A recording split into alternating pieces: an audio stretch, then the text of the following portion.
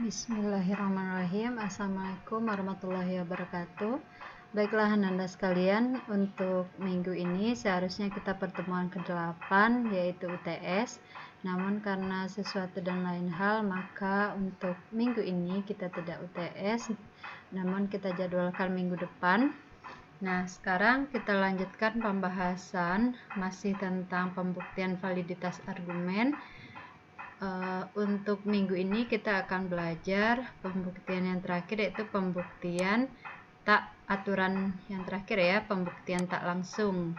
Nah, setelah menonton video ini nanti Ananda diharapkan mampu untuk melakukan atau terampil melakukan dengan aturan pembuktian tak langsung, kemudian juga terampil dalam mengerjakan soal-soal latihannya. Nah, kita langsung saja. Untuk aturan pembuktian tak langsung, caranya berbeda dari ketiga cara yang sebelumnya. Di sini kita menegasikan ya konklusi yang ada, kemudian kita negasikan. Nah, setelah kita negasikan, konklusi ini kita jadikan sebagai premis tambahan. Nah, jika sebagai akibat ini muncul suatu kontradiksi. Kontradiksi itu artinya hal yang berlawanan gitu ya. Misalnya hal yang berlawanan hujan dan tidak hujan gitu ya. Tidak hujan, kan sesuatu yang tidak mungkin. Ada dua hal yang sekaligus ya, hujan dan tidak hujan itu tidak akan mungkin gitu. Terus nanti kita misal hujan ini kita misalkan dengan H, berarti H dan negasi H. Nah, ini namanya adalah suatu kontradiksi. Nah, kalau kita menemukan suatu kontradiksi setelah kita melakukan pembuktiannya nanti, artinya dapat kita simpulkan bahwa argumen yang mau kita buktikan itu adalah argumennya valid ya. Nah, kemudian kita bisa melakukan sampai menemukan kontradiksi saja, itu sudah benar.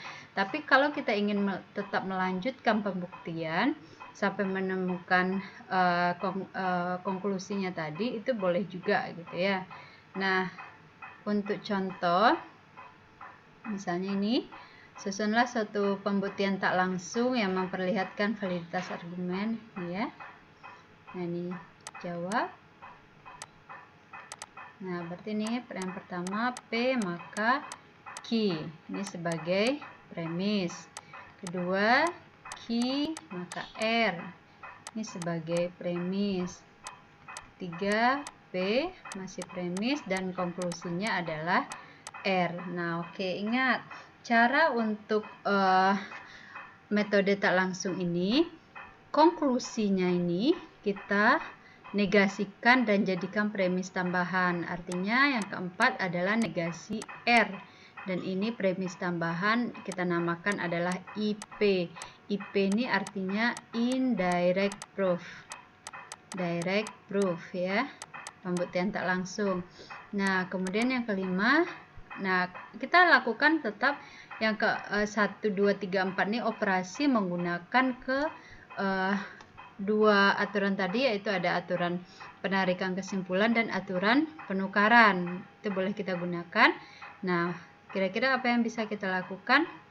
Misalnya ini ya. Nah, ini P1 dan 2 itu bisa kita lakukan HS ya, sehingga hasilnya adalah P maka R 1, 2 HS. Nah, kemudian setelah 1, 2 HS, kemudian 4 dan 5. 4 dan 5 kita modus tolenkan sehingga hasilnya adalah negasi P ya. 4, 5 modus tolen. Nah, sehingga nih ada P, ada negasi P ya. Ada P dan negasi P. Nah, kita peroleh bahwa kalau kita konjungsikan P dan negasi P, 3 dan 6 konjungsi. Nah, ini merupakan suatu kontradiksi. Nah, karena ini kontradiksi, sehingga kita bisa menyimpulkan bahwa jadi argumen valid. Nah, intinya di awal kita melakukan kontradiksi, namun setelah kita lakukan operasi kita temukan lagi kontradiksi. Nah, akhirnya kita ambil kesimpulan bahwa ternyata argumen ini adalah valid. Nah, ini untuk cara 1 ya. Cara 1, untuk cara 2-nya silahkan lihat di modul yang telah Ibu bagikan.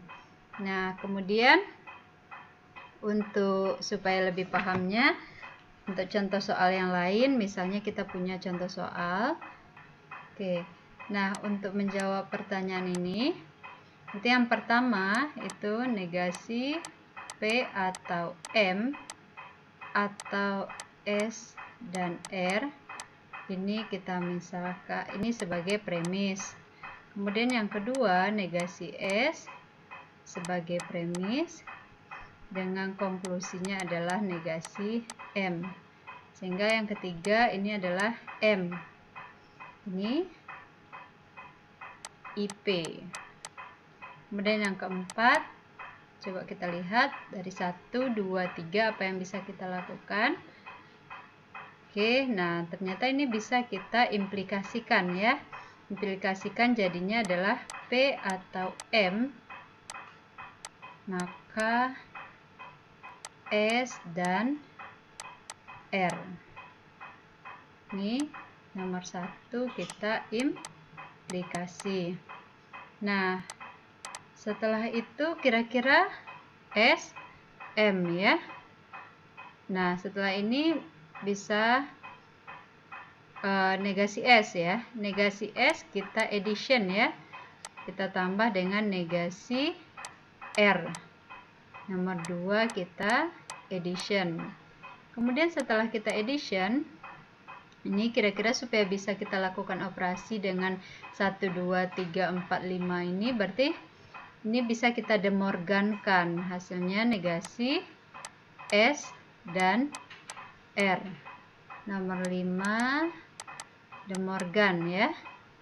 Nah, setelah ini coba lihat nomor 4 dan 6 itu kita bisa lakukan operasi modus tollens ya.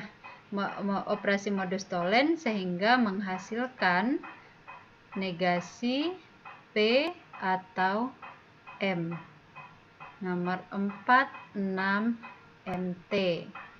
Nah, ini kalau kita De Morgankan nih jadinya negasi P dan negasi M.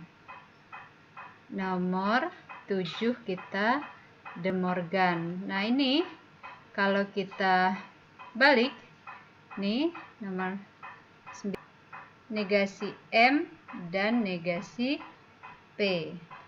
Nah, ini namanya adalah komutatif, kita kom ya. Nomor 8 kom. Nah, setelah itu nomor 10 bisa kita simplifikasi negasi M. Nomor 9 sim.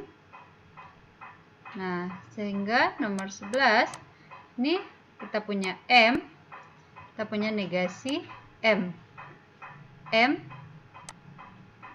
dan negasi M. 3, 10 kita konjungsikan. Nah, ini kita temukan sebuah kontradiksi. Nah, karena kita menemukan kontradiksi, artinya bahwa argumen valid. Jadi, argumen valid ya. Oke. Nah, sampai di sini untuk materi tentang pembuktian validitas argumen menggunakan pembuktian tak langsung atau indirect proof. Nah, untuk lebih jelasnya silahkan dibaca lagi materi di modul dan dikerjakan latihannya. Oke, assalamualaikum warahmatullahi wabarakatuh.